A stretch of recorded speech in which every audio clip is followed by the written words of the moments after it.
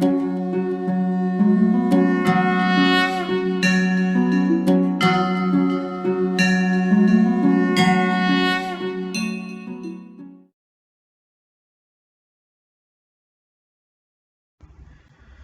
Morning विद्यार्थी मित्रों। Okay, तो आज આપણે એક નવા ચેપ્ટર 9 જૈવિક અણુઓ બાયોમોલિક્યુલ્સ ઉપર ચર્ચા કરવા જઈ રહ્યા છે। મિત્રો, જૈવિક અણુઓ બાયોલોજીના વિદ્યાર્થી માટે ખૂબ જ અગત્યનું ચેપ્ટર। કેમ? તો એનું રીઝન એવું છે મિત્રો કે આ ચેપ્ટર ઘણા બધા ટોપિક સાથે જોડાયેલું છે, એ રીતે મહત્વનું છે। 12માના અમુક ચેપ્ટરો સાથે જોડાયેલું છે, એ રીતે પણ મહત્વનું છે। મતલબ એમસીક્યુ સરળતાથી એક નથી કહેતા કે ભાઈ અમુક ચેપ્ટરોને જોઈન્ટમાં એમસીક્યુ પૂછાય, તો આખું યુનિટ જ એવું છે મિત્રો। ત્રીજા નંબરનું યુનિટ 8, 9, 10 ત્રણ ચેપ્ટર એવા છે। પણ મિત્રો આ 9મું ચેપ્ટર ખરેખર ડીએનએ હોય, પ્રોટીન હોય, દરેક જગ્યાએ આ ભાઈનો ઉલ્લેખ કે શર્કરા હોય, આ ચેપ્ટરનો ઉલ્લેખ દરેક ચેપ્ટરો સાથે જોડાયેલો છે એવું કહી શકાય। બીજો એક પોઈન્ટ બાયોલોજીના વિદ્યાર્થી માટે પ્લસ કે તમારે 12 સાયન્સની અંદર કેમિસ્ટ્રીમાં જૈવિક અણુઓ પાછો ટોપિક આવશે। ટોપિક શું, આખો એક ચેપ્ટર છે આઈ થિંક, બરાબર। એટલે આના જ ટોપિક આની અંદર જેમ ગ્લુકોઝ ભણવાના છો, પોલિસેકેરાઇડ ભણવાના છો, પ્રોટીન ભણવાના છો, બરાબર, એવા જ પોઈન્ટ બેઠા ત્યાં આવે છે। એટલે આ ચેપ્ટર અહીંયા ક્લિયર, તો ત્યાં એક ફાયદો ત્યાં છે। બીજું નીટની રીતે પણ આ ચેપ્ટરનું ખૂબ મહત્વ છે, બરાબર। તો આપણે એને પર્ટિક્યુલર પ્રોપર ન્યાય આપવો છે। હવે જૈવિક અણુઓની વાત કરીએ મિત્રો, બાયોમોલિક્યુલ્સ। મિત્રો આપણે જાણીએ છીએ કે આપણું સજીવ શરીર, બરાબર, પૃથ્વી ઉપર મતલબ આપણે એમ કહી શકીએ કે જીવાવરણની અંદર ઘણા બધા અલગ અલગ સજીવો વસવાટ કરે છે। ચાહે સૂક્ષ્મ જીવો હોય કે બહુકોષી સજીવો હોય, સરળ હોય કે જટિલ હોય, વનસ્પતિ હોય કે પ્રાણી હોય, બરાબર કે નહીં? તો બધા જ સજીવોની અંદર પાયાનો એકમ તો મિત્રો આપણે જાણીએ છીએ જૈવિક અણુઓ છે, બરાબર। જેની અંદર મિત્રો જે આપણે એમ કહી શકીએ કે નાના સૂક્ષ્મ અણુઓ કે જેમાં તત્વીય અણુઓ જેની વાત કરીએ મિત્રો, બરાબર, કેલ્શિયમ છે, ફોસ્ફરસ છે કે બીજા બધા ઘટકો, બરાબર, નાઇટ્રોજન છે, બધા તત્વોની હાજરી સાથે સાથે બીજા જૈવિક અણુઓ જેમ કે પ્રોટીન, લિપિડ, ન્યુક્લિક એસિડ, આ બધા જૈવિક અણુઓથી જ સજીવ શરીરનું નિર્માણ થતું જોવા મળે છે। એટલે બધાનો પાયાનો એકમ તો એ જ છે। તો આ ચેપ્ટરની અંદર મિત્રો આપણે પ્રોટીન અને એનો પાયાનો એકમ એમિનો એસિડ, એના ઉપર ચર્ચા કરીશું। આ ચેપ્ટરની અંદર મિત્રો પોલિસેકેરાઇડ એટલે કે સ્ટાર્ચ, એનો પાયાનો એકમ મોનોસેકેરાઇડ એટલે કે ગ્લુકોઝ, ફ્રુક્ટોઝ, ગેલેક્ટોઝ, એના ઉપર ચર્ચા કરીશું। આ ચેપ્ટરની અંદર મિત્રો લિપિડ, એના પાયાનો એકમ ફેટી એસિડ, ગ્લિસરોલ ઉપર આપણે ચર્ચા કરીશું। આ ચેપ્ટરની અંદર મિત્રો આપણે ડીએનએ, આરએનએ, બધા જ મિત્રો બધા જ જૈવિક અણુઓ છે, અને બધા જ વિશે મિત્રો આ ચેપ્ટરની અંદર આપણે ખરેખર એક સુંદર મજાની ચર્ચા કરવાના છીએ, બરાબર, અને એકદમ ક્લિયર કટ કરવા જઈ રહ્યા છીએ, અને આપણે એને બહુ ન્યાય આપવાનો છે, તો પ્રોપર ધ્યાન આપવું જરૂરી છે, બરાબર। હવે પહેલી વાત કરીએ મિત્રો તત્વોનું વિશ્લેષણ। મિત્રો વિશ્લેષણ કરવું એટલે શું કે ભાઈ દરેક સજીવ શરીરની અંદર મિત્રો એક આપણે નહીં કહેતા કે ભાઈ કોઈ આપણે બીમાર પડીએ છીએ તો બ્લડ સેમ્પલ કે યુરિન સેમ્પલ આપણે લેબની અંદર આપતા હોઈએ છીએ, તો એ ત્યાં શું થાય છે, યુરિનનું વિશ્લેષણ થાય છે, બ્લડ સેમ્પલનું વિશ્લેષણ થાય છે। મતલબ કે એની અંદર કયા ઘટકોની હાજરી છે, કયા પાર્ટિકલ્સ છે, સારા છે, ખરાબ છે, કેટલી માત્રામાં છે, એનો અભ્યાસ છે। તો અહીંયા પણ મિત્રો શરૂઆતમાં તત્વોની વાત ચાલે છે। તત્વો એટલે મિત્રો હાઇડ્રોજન, ઓક્સિજન, કાર્બન, નાઇટ્રોજન, એ બધા તત્વો છે। તો એ તત્વો, બરાબર, તો ભાઈ પેલા બેક્ટેરિયા, વનસ્પતિ અને પ્રાણીઓ બધાના સેમ્પલ લઈ લીધા પેશીઓના, અને બધાની અંદર તત્વોનું પૃથ્થકરણ કર્યું કે ભાઈ તત્વો બધા સજીવો ધરાવે છે, તો હા, સૂક્ષ્મજીવ હોય કે વનસ્પતિ હોય કે પ્રાણી હોય, બધાની અંદર આ તત્વો લગભગ સમાન માત્રામાં શું જોવા મળે, એમની હાજરી જોવા મળી। એટલે એક વસ્તુ તો ક્લિયર થઈ કે દરેક સજીવ તત્વોનો બનેલો છે। પછી એમ થયું કે ભાઈ ચલો ને આપણે જે નિર્જીવ એકમો જે ખરા એનો પણ અભ્યાસ કરીએ કે ભાઈ એની અંદર તત્વો છે કે નહીં। તો સાથે સાથે હાલ કોઈ જમીનનું એક સેમ્પલ લીધું, અને એની અંદર ભૂમિય પડ એની અંદર તત્વીય પૃથ્થકરણ કર્યું તો એની અંદર પણ તત્વોની જે હાજરી સજીવોમાં જોવા મળી એ જ હાજરી આ ભૂમિય પડની અંદર પણ જોવા મળી. એટલે તત્વો દરેક ઘટકના બંધારણમાં છે એ વસ્તુ તો ક્લિયર થઈ ગઈ. ખ્યાલ આવે છે કે નહીં? પણ હા, આ તત્વોની માત્રા જે ખરી મિત્રો એ આપણે એમ કહી શકાય કે નિર્જીવ ઘટકો જે છે મતલબ ભૂમિય પડ એની કમ્પેરિઝનમાં વનસ્પતિ કે પ્રાણીઓની અંદર થોડું ઘણું વેરિએશન જોવા મળે છે. તો પહેલા આપણને જે પ્રસ્તાવના આપી છે મિત્રો એની અંદર ટોટલી તત્વોની વાત કરેલી છે, બરાબર. તો એક પ્રસ્તાવના બેઝ ટોપિક કહી શકાય. તો ઝડપથી આપણે એનસીઈઆરટીની વાક્ય રચનાને જોઈ લઈએ. જો શું કહે છે, જીવાવરણમાં વિવિધ પ્રકારના સજીવો જોવા મળે છે. આપણા મગજમાં એ પ્રશ્ન ઉત્પન્ન થાય છે કે શું બધા સજીવો રાસાયણિક સંગઠનની દ્રષ્ટિએ એક જ સમાન પ્રકારના તત્વો કે રસાયણો ભેગા થઈને બનેલા હશે? બરાબર, બનેલા હોય છે. તમે રસાયણ વિજ્ઞાનમાં અભ્યાસ કરી ચૂક્યા હશો કે તત્વોનું વિશ્લેષણ કેવી રીતે કરવામાં આવે છે, તત્વોને કેવી રીતે છૂટા પાડવામાં આવે છે, એનો અભ્યાસ કેવી રીતે થાય છે. જો વનસ્પતિ પેશી, પ્રાણી પેશી અને ઉપદ્રવ સૂક્ષ્મ જીવોનું આવું પૃથ્થકરણ કરવામાં આવે તો સજીવ પેશી પ્રતિ એકમ માત્રામાં આપણને કાર્બન, હાઇડ્રોજન, ઓક્સિજન અને અન્ય તત્વોની સૂચિ અનુક્રમે પ્રાપ્ત થતી હોય છે. મતલબ કે દરેક સજીવની અંદર આવા તત્વોની શું જોવા મળે? હાજરી જોવા મળે છે. જો ઉપરોક્ત પરીક્ષણ નિર્જીવ પદાર્થો જેવા કે ભૂમિય પડના એક ટુકડાનું કરીએ તો પણ આપણને ઉપરોક્ત તત્વોની સૂચિ પ્રાપ્ત થાય છે. એટલે ભૂમિય પડમાં પણ આ તત્વોની શું જોવા મળે? હાજરી જોવા મળે છે. પરંતુ ઉપરોક્ત બંને સૂચિમાં શું અંતર છે? સુનિશ્ચિતતા પર તેઓમાં કોઈ અંતર જોવા મળતું નથી, બરાબર. ખાસ કોઈ એમના બહુ અંતર જોવા મળતું નથી. બધા તત્વો જે ભૂમિય પડના નમૂનાઓમાં જોવા મળે છે તે બધા જ જીવંત પેશીઓના નમૂનાઓ પર જોવા મળે છે. મતલબ દરેકે દરેક તત્વો બંને જીવંત અને ભૂમિય પડ એટલે કે નિર્જીવની અંદર બંનેની હાજરી જોવા મળે છે. છતાં પણ સૂક્ષ્મ પરીક્ષણથી ખ્યાલ આવે છે કે કાર્બન, હાઇડ્રોજનની માત્રા અન્ય તત્વોની સાપેક્ષે કોઈ પણ સજીવમાં ભૂમિય પડ કરતા સામાન્યતઃ વધુ હોય છે. મતલબ કાર્બન, હાઇડ્રોજનની જે તત્વોની માત્રા જે ખરી એ ભૂમિય પડ કરતા સજીવની અંદર એનો વધારે સંચય થયેલો જોવા મળે, પણ બાકીના તત્વો ભૂમિય પડમાં વધારે હોય છે. હવે એનો એક આપણને ચાર્ટ આપેલો છે, તો ચાર્ટને પહેલા આપણે જોઈ લઈએ. કીધું ને કોષ્ટક 9.1, તો આપણે એને પહેલા જોઈ લઈએ. જો મિત્રો, અહીંયા CNR રાવ દ્વારા લખવામાં આવેલ અન્ડરસ્ટેન્ડિંગ કેમિસ્ટ્રીમાં ત્યાં મેળવેલો આખો માહિતી છે અને વિશ્વવિદ્યાલય પ્રકાશન હૈદરાબાદ દ્વારા એનું પ્રકાશન થયેલું છે. તત્વોનું એક લિસ્ટ છે. અહીંયા આપણને વજન પર્સન્ટેજમાં ભૂમિય પડ અને માનવ શરીર આપેલું છે. હવે મિત્રો આંકડાકીય માહિતી તો શું હોય, ચેન્જ થતી હોય છે, બરાબર. પરંતુ એટલે એમ જોવા જઈએ તો એટલી કંઈ ખાસ પૂછાતી નથી, પણ છતાં આપણે એક જોઈ લઈએ. જો હાઇડ્રોજન ભૂમિય પડમાં 0.14% છે, જ્યારે માનવ શરીરમાં 0.5% છે. એટલે માત્ર આપણામાં વધારે છે. 0.5 એટલે અહીંયા 0 મૂકી દો 0.50 થઈ ગયું, જ્યારે ભૂમિય પડમાં કેટલું છે? 0.14 છે, બરાબર. એ જે કાર્બન જુઓ મિત્રો, ભૂમિય પડમાં 0.03% છે, જ્યારે માનવ શરીરની અંદર 18.5% છે. ઓક્સિજન 46.6% છે ભૂમિય પડમાં, તો આપણી અંદર માનવ શરીરમાં 65% છે. મિત્રો ભૂમિય પડની વાત ચાલે, વાતાવરણમાં તો આપણે જાણીએ છીએ કે 78% છે. નાઇટ્રોજન સોરી 21% છે, મારી ભૂલ થઈ, કારણ કે નાઇટ્રોજન, બરાબર. તો ભૂમિય પડમાં ખૂબ જ અલ્પ, કારણ કે જમીનની અંદર નાઇટ્રોજન ખાસ ક્ષાર સ્વરૂપે ખાલી જમા થયો હોય, પેલા રાઇઝોબિયમ બેક્ટેરિયા સ્થાપન કરે તે જ. તો પણ માનવ શરીરની અંદર 3.3% છે. તો આ પહેલા ચાર જે ખરા મિત્રો એમાં તમે સ્પષ્ટપણે જોયું. ઇવન સલ્ફર પણ જુઓ, ભૂમિય પડમાં 0.03% છે, જ્યારે માનવ શરીરમાં 0.3% છે. તો ઉપરના જે 5 જે તત્વો છે મિત્રો ખરેખર ખૂબ અગત્યના છે, હાઇડ્રોજન, કાર્બન, ઓક્સિજન, નાઇટ્રોજન અને સલ્ફર. તો એ ભૂમિય પડ કરતા સજીવોની અંદર એની માત્રા કેવી છે? વધારે છે, બરાબર. જ્યારે સોડિયમ તો કે ભૂમિય પડમાં 2.8 છે, તો આપણી અંદર 0.2% છે. કેલ્શિયમ તો કે 3.6 છે ભૂમિય પડમાં, આપણી અંદર 1.5 છે.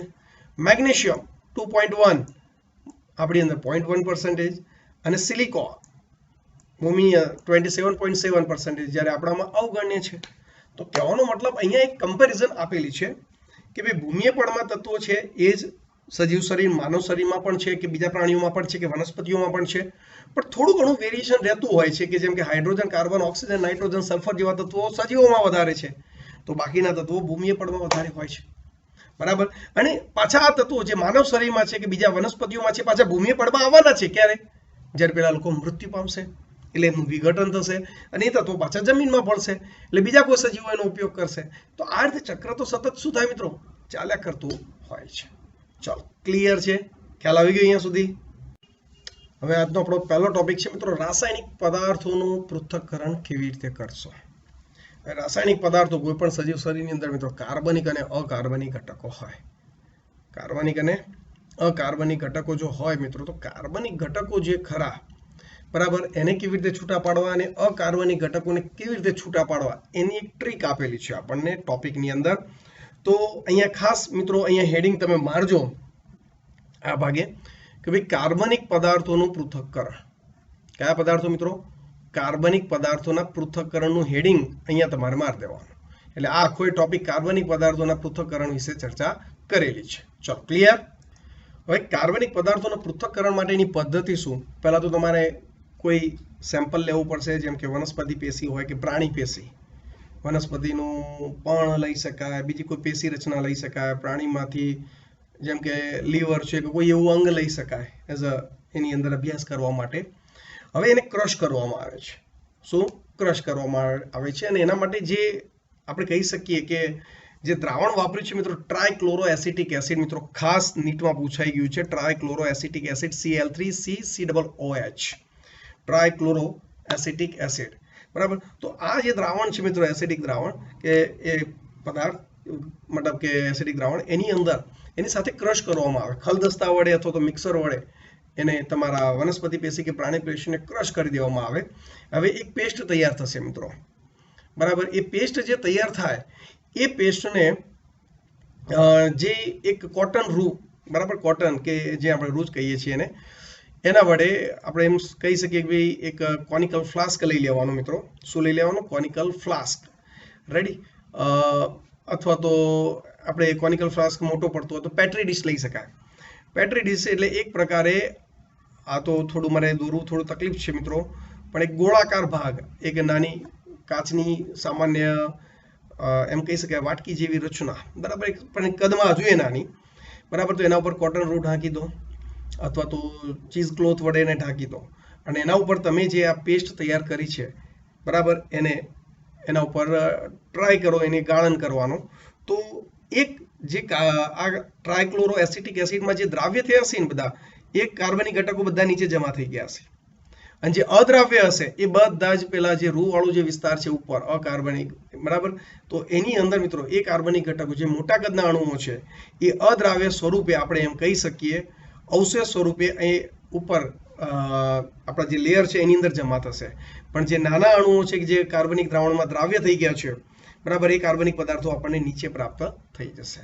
તો આ રીતે પહેલું આપણે એમ કહી શકીએ કે કાર્બનિક પદાર્થોનું પૃથ્થકરણ કરી શકીએ છીએ, એમને છૂટા પાડી શકીએ છીએ, એમનું નિષ્કર્ષણ કરી શકીએ છીએ. પણ ખાસ એક જ વસ્તુ અહીંયા યાદ રાખવાની છે મિત્રો, બરાબર, કે ભાઈ ટ્રાયક્લોરો એસિટિક એસિડ Cl3CCOOH નો ઉપયોગ કરવામાં આવે છે. ઓકે, તો હવે બુક સાથે આપણે વાક્ય રચનાને જોઈ લઈએ. તેવી જ રીતે આપણે પૂછી શકીએ છીએ કે સજીવોમાં કાર્બનિક ઘટકો કેવા સ્વરૂપે મળે છે. તો ઉપરનો જવાબ મેળવવા કોઈ વ્યક્તિ શું કરશે? તો આનો ઉત્તર મેળવવા આપણે રાસાયણિક પૃથ્થકરણ કરવું પડશે, અને આપણે કોઈ પણ જીવંત પેશી જેવી કે શાકભાજી અથવા તો યકૃતનો નાનો ટુકડો લઈ તેને ખલદસ્તા કે મિક્સરની મદદથી ટ્રાયક્લોરો એસિટિક એસિડની સાથે વાટવું. ત્યારબાદ આપણે એક ઘટ સ્લરી પેસ્ટ પ્રાપ્ત થાય છે, બરાબર. પછીથી તેને ચીઝ ક્લોથ કે રૂ વડે ગાળ્યા પછી આપણને બે નિષ્કર્ષણના ભાગ પ્રાપ્ત થાય છે. એક પેટ્રી ડીશની અંદર જે પ્રાપ્ત થાય તે, અને એક જે રૂ જે ખરું એની અંદર જે જમા થઈ ગયા હોય તે. એક ભાગ જે એસિડમાં દ્રાવ્ય હોય તે ગાળણ અથવા તો ટેકનિકલી રીતે એસિડ દ્રાવ્ય ભાગ એવું કહે છે જે પેટ્રી ડીશમાં જમા છે, અને બીજો ભાગ એસિડમાં અદ્રાવ્ય છે જેને આપણે અવશેષ અથવા તો એસિડ અદ્રાવ્ય ભાગ કહીએ છીએ, બરાબર. વૈજ્ઞાનિકો એસિડ અદ્રાવ્ય ભાગમાં મિત્રો એસિડ અદ્રાવ્ય ભાગમાં હજારો કાર્બન પદાર્થો મેળવ્યા છે. વિદ્યાર્થી મિત્રો અહીંયા ભૂલ છે, વૈજ્ઞાનિકો એસિડ અદ્રાવ્ય ભાગમાં નહીં, એસિડ દ્રાવ્ય ભાગમાં એમને ઘણા બધા હજારો કાર્બનિક પદાર્થો પ્રાપ્ત થયા છે. એટલે જે દ્રાવ્ય સ્વરૂપ છે એની અંદરની વાત ચાલે છે. બરાબર, તો અહીંયા અદ્રાવ્ય નહીં આવશે. લગભગ તમારી બુકમાં દ્રાવ્ય હોઈ શકે છે, સુધારો થઈ ગયો હશે. આગળ શું કહે છે જુઓ, તમે આગળના ધોરણમાં અભ્યાસ કર્યો હશે કે જીવંત પેશીઓના નમૂનાઓનું પૃથ્થકરણ અને તેમાં જોવા મળતા ચોક્કસ કાર્બનિક દ્રવ્યોની ઓળખ કેવી રીતે કરી શકાય. કોઈપણ નિતારણમાં પ્રાપ્ત થતા વિશિષ્ટ રસાયણોને તેમાં જોવા મળતા અન્ય રસાયણોથી અલગ કરવા માટેની જુદી જુદી પદ્ધતિઓનો ઉપયોગ થાય છે. એમાંથી તમને એક પદ્ધતિ આપણે એમ કહી શકીએ કે ભાઈ ટ્રાયક્લોરોએસિટિક એસિડ, કે જેની અંદર તમે મિક્સર કરી અને આપણે કાર્બનિક ઘટકોને શું કર્યા, છૂટા પાડી શક્યા. જ્યાં સુધી તમે તે અલગ થઈ નથી જતા, બીજા શબ્દોમાં એક અલગ અને એક શુદ્ધ સંયોજન હોય છે. બરાબર, વિશ્લેષણાત્મક પદ્ધતિઓનો પ્રયોગ કરી કોઈ પણ સંયોજનોના આણ્વીય સૂત્ર અને સંભવિત રચના માટેની જાણકારી પ્રાપ્ત કરી શકાય છે. બરાબર, અને જીવંત પેશીઓમાં જોવા મળતા બધા જ કાર્બનિક રસાયણો જૈવ અણુ કહી શકાય છે. બરાબર, તો એ રીતે આપણે જે કાર્બનિક અણુઓ જે ખરા એનું આપણે પૃથ્થકરણ કરી શકીએ છીએ, એમને અલગીકૃત કરી શકીએ છીએ, અને આપણે જે નિતાર આપણને પ્રાપ્ત થયો, જે દ્રાવણની અંદર જે દ્રાવ્ય સ્વરૂપે જે પ્રાપ્ત થયા એનું આપણે પૃથ્થકરણ કરી 100% આપણે એને અભ્યાસ કરી શકીએ છીએ. બરાબર, તો આ મુદ્દો હતો મિત્રો કાર્બનિક ઘટકોને છૂટા પાડવાના. હવે વિદ્યાર્થી મિત્રો, આપણે કાર્બનિક ઘટકોનું પૃથ્થકરણ જોયું, પણ સજીવોની અંદર અકાર્બનિક ઘટકો પણ છે. તે એનું પૃથ્થકરણ કેવી રીતે કરીશું, તો આપણે એની ચર્ચા કરવા જઈ રહ્યા છીએ. બીજું મિત્રો, એક અહીંયા થોડું ચિત્ર ક્લિયર કરતો તમારું. ક્યાંક બની શકે કે આજનો લેક્ચર તમને એમ લાગે કે સર આમાં તો કંઈ શીખવા જેવું હતું, કંઈ હતું જ નહીં, કંઈ મજા ઓછી આવી. તો મિત્રો, પ્રસ્તાવના બેઝ છે એટલા માટે. બાકી જ્યારે પ્રોટીન, શર્કરા, લિપિડ, ડીએનએ, આરએનએ, બરાબર, આ બધા ટોપિક ભણીશું ત્યારે ખરેખર ખૂબ મજા આવવાની છે, અને ઘણું બધું આપણને નોલેજ આ ચેપ્ટરની અંદરથી પ્રાપ્ત થવાનું છે. ઇવન નીટ માટે પણ બહુ અગત્યનું ચેપ્ટર કહી શકાય. બરાબર, તો ઓકે, પહેલો દિવસ મિત્રો થોડું સહન કરી લેજો. બરાબર, પહેલા દિવસે થોડી ઘણી ક્યાંક એવું લાગે કે સર ચેપ્ટર તો બોરિંગ જેવું છે, પણ મિત્રો બોરિંગ નથી, ખાલી શરૂઆત થોડી ધીમી છે એની. બરાબર, આપણે કહીએ કે ધોની શરૂઆત ધીમી કરે, પણ પછી જ્યારે એની એકવાર સેટઅપ થઈ જાય પછી છગા ચોગા હોય તો એના જેવું જ છે મિત્રો અહીંયા. તો આજે ધોની પણ આવી ગયો આપણા લેક્ચરમાં. તો અહીંયા મિત્રો જે અકાર્બનિક ઘટકોના પૃથ્થકરણ માટેની પદ્ધતિ એકદમ સિમ્પલ, સરળ છે. એ જ રીતે વનસ્પતિ કે પ્રાણી પેશીનો નમૂનો લઈ લો, જેમ કે યકૃત છે, શાકભાજી કે કોઈ પણ. તો પહેલા અકાર્બનિક ઘટકોને પ્રાપ્ત કરવા માટે એને પહેલા તો સૂર્યપ્રકાશની અંદર તડકામાં મૂકવામાં આવે છે. રીઝન શું, કે એની અંદર જેટલો પાણીનો જથ્થો છે પહેલા બધો દૂર થઈ જાય એટલા માટે. એટલે પાણીનું બધું બાષ્પીભવન થઈ જાય, એટલે પાણી દૂર થઈ ગયું, એટલે હવે એક શુષ્ક વજન થઈ ગયું એનું. હવે એને મિત્રો બાળવામાં આવે છે, મતલબ કે સળગાવવામાં આવે છે. સળગાવવાથી શું થશે કે એ જે પ્રાણી પેશી કે વનસ્પતિ પેશી છે એની અંદર જે કાર્બનિક ઘટકો છે મિત્રો, સમજો, જે કાર્બનિક ઘટકો છે બધા જ બળી જશે. બરાબર, અને વાતાવરણમાં મુક્ત થઈ જશે. પણ જે અકાર્બનિક ઘટકો છે ખરા મિત્રો, એ રાખ સ્વરૂપે જમા થશે. લાકડાને આપણે બાળીએ છીએ તો કેવું રાખ જમા થાય છે. તો કાર્બનિક ઘટકો બધા વાતાવરણમાં મુક્ત થઈ ગયા, પણ અકાર્બનિક ઘટકો હતા અથવા તો પ્રોપર સળગી ગયા, પણ જે અકાર્બનિક ઘટકો છે એ તો બળવાના નથી. અકાર્બનિક ઘટકો એટલે કે સોડિયમ, પોટેશિયમ, કેલ્શિયમ, મેગ્નેશિયમ વગેરે વગેરે. તો એ અકાર્બનિક ઘટકો રાખ સ્વરૂપે જમા થાય છે. બરાબર, હવે એનું તત્વીય તમે પૃથ્થકરણ કરી લો તો 100% તમને અકાર્બનિક ઘટકોની માત્રા કેટલી છે એ સરળતાથી જાણી શકાય છે. તો આ એક બીજી પદ્ધતિ છે. પહેલામાં આપણે કાર્બનિક ઘટકોના પૃથ્થકરણની વાત કરી, અહીંયા આપણે અકાર્બનિક ઘટકોના પૃથ્થકરણની વાત કરી રહ્યા છીએ. બરાબર, જુઓ શું કહે છે. બધા કાર્બનિક રસાયણો જૈવ અણુ કહી શકાય છે, પરંતુ સજીવોમાં અકાર્બનિક તત્વ કે રસાયણો પણ જોવા મળે છે. આપણે તેને કેવી રીતે જાણી શકીએ, તો એક થોડો અલગ પરંતુ ખંડનાત્મક પ્રયોગ કરવો પડશે. જીવંત પેશીઓ પણ કે યકૃત કે જે ભીનું વજન કરો, પહેલા ભીનું વજન, થોડી માત્રામાં વજન કરો અને પછી તેને સૂકવી દો. બરાબર, બધા પાણીનું બાષ્પીભવન થઈ જશે, બાકી રહેલા દ્રવ્યની શુષ્ક વજન પ્રાપ્ત થાય છે. બરાબર, હવે જો આ પેશીને સંપૂર્ણ દહન કરવામાં આવે તો બધા જ કાર્બનિક પદાર્થોનું ઓક્સિડેશન થઈ વાયુરૂપ, બરાબર, CO2 પાણીની વરાળ સ્વરૂપે દૂર થઈ જાય છે. કાર્બનિક ઘટકો બધા દૂર થઈ ગયા. વધેલો પદાર્થ જેને આપણે રાખ કહેવામાં આવે છે, જેમાં અકાર્બનિક તત્વો જેવા કે કેલ્શિયમ, મેગ્નેશિયમ વગેરે ખાસ જોવા મળે છે. તો આ અકાર્બનિક રસાયણો જેવા કે સલ્ફેટ, ફોસ્ફેટ વગેરે એસિડ દ્રાવ્ય ભાગમાં જોવા મળે છે. રેડી. અને આ તત્વોને આ કારણે તત્વીય પૃથક્કરણથી કોઈ પણ જીવંત પેશીના તત્વીય સંયોજનો હાઇડ્રોજન, ઓક્સિજન, ક્લોરીન, કાર્બન વગેરેની જાણકારી આપણને પ્રાપ્ત થઈ જાય છે. બરાબર. તો એક બીજી ટ્રીક અહીંયા આપણને આપેલી છે. એટલે તમારે આ પહેલા ટોપિકની અંદર બે જ પોઈન્ટ યાદ રાખવાના. કાર્બનિક ઘટકોનું પૃથક્કરણ કેવી રીતે કર્યું અને અકાર્બનિક ઘટકોનું પૃથક્કરણ કેવી રીતે કર્યું. બસ આટલું જ. બીજું કોઈ ટેન્શન લેવાની જરૂર નથી. ચલો, ક્લિયર છે અહીંયા સુધી? રેડી ને? અહીંયા ફરી પાછો એક ચાર્ટ આપેલો છે. જુઓ મિત્રો, અકાર્બનિક ઘટકોની સૂચિ છે. Sodium Na+, potassium K+, calcium Ca++, એટલે કે Ca+2, મેગ્નેશિયમ Mg+2, પાણી H2O, સંયોજનો સ્વરૂપે NaCl, CaCO3, PO4 SO4-2. બરાબર. તો આ બધા અકાર્બનિક તત્વો આ રીતે સજીવ શરીરની અંદર એમનો સંચય થયેલો જોવા મળે છે. બરાબર. લાસ્ટમાં આપણને શું કીધું છે જુઓ કે ભાઈ ક્યાં હતા? યસ, આ કારણે તત્વીય પૃથક્કરણથી કોઈ પણ જીવંત પેશીઓના તત્વીય સંયોજનો હાઇડ્રોજન, ઓક્સિજન, ક્લોરીન, કાર્બન વગેરેની જાણકારી પ્રાપ્ત થાય છે. બરાબર. રસાયણોના પરીક્ષણથી જીવંત પેશીઓમાં પ્રાપ્ત થતા કાર્બનિક તથા અકાર્બનિક સંયોજનોની જાણકારી મળી રહે છે. આપણા સજીવ શરીરમાં કેટલા કાર્બનિક અકાર્બનિક તત્વો હાજર છે, કયા સંયોજન સ્વરૂપે આવેલા છે, એના વિશે જાણી શકાય છે. રસાયણ વિજ્ઞાનના દ્રષ્ટિકોણથી ક્રિયાશીલ સમૂહ જેવા કે આલ્ડીહાઇડ, કીટોન આ બધાની ચર્ચા આપણે કરવાના છે મિત્રો જ્યારે ટોપિક આવશે ત્યારે. એરોમેટિક સંયોજનો વગેરેની ઓળખાણ મેળવી શકાય છે. પણ જીવ વિજ્ઞાનના દ્રષ્ટિકોણથી તેઓને એમિનો એસિડ્સ, ન્યુક્લિયોટાઇડ્સના બંધારણીય ઘટકો, ફેટી એસિડ વગેરેમાં વર્ગીકૃત કરી શકાય છે. મતલબ રસાયણ રીતે તમે કહી શકો આલ્ડીહાઇડ સમૂહ છે, કીટોન સમૂહ છે, એરોમેટિક સંયોજન છે. બરાબર. પણ જીવ વિજ્ઞાનની ભાષામાં આવે તો કોઈના બંધારણમાં છે. જેમ કે એમિનો એસિડના બંધારણમાં છે, જે પ્રોટીનનો પાયાનો એકમ છે, ડીએનએનો પાયાનો એકમ, ન્યુક્લિયોટાઇડ છે તો ન્યુક્લિયોટાઇડના બંધારણમાં ઘટક છે, ફેટી એસિડ જે લિપિડનો પાયાનો એકમ છે. તો આ બધા ઘટકોની અંદર બંધારણમાં આવા કાર્બનિક અકાર્બનિક ઘટકો બરાબર કોઈના કોઈ સ્વરૂપે સંયોજન સ્વરૂપે આવેલા છે, જેનું આપણે રાસાયણિક રીતે પૃથ્થકરણ કરી અભ્યાસ કરી શકીએ છીએ. બરાબર. પરંતુ આપણે તો પેલા જે મોટા જૈવિક અણુ જે ખરા, amino acid, fatty acid, glycerol, શર્કરા, એ બધા ટોપિક ઉપર વધારે ડીપમાં ચર્ચા કરવાના છીએ. તો હવે એના પછીનો જે ટોપિક છે મિત્રો, એ તો આપણે નેક્સ્ટ લેક્ચરની અંદર જ ચર્ચા કરીશું, કે જેની અંદર મિત્રો આપણે એમિનો એસિડ ઉપર એક સરસ મજાની ચર્ચા કરીશું. બરાબર. તો આશા રાખું કે દરેક વિદ્યાર્થીઓને થોડા ઓછા બોર થયા હશો. બરાબર. પરંતુ બે જ પોઈન્ટ યાદ રાખવાના: કાર્બનિક ઘટકોનું પૃથ્થકરણ સજીવોમાં અને અકાર્બનિક ઘટકોનું પૃથ્થકરણની પદ્ધતિ. બરાબર. અને બીજું યાદ રાખવા જેવું તો એક તમે એક્સ્ટ્રા પોઈન્ટમાં આપેલું જે આપણને આપ્યું છે કે ભાઈ તત્વો ભૂમિય પડમાં કેટલા છે એને માનવ શરીરમાં, તો એ એક આંકડાકીય થોડું યાદ રાખી લેશો, અથવા તો કોના કરતા કોનામાં વધારે છે એ વસ્તુ યાદ રાખશો તો બી વાંધો નહીં આવે.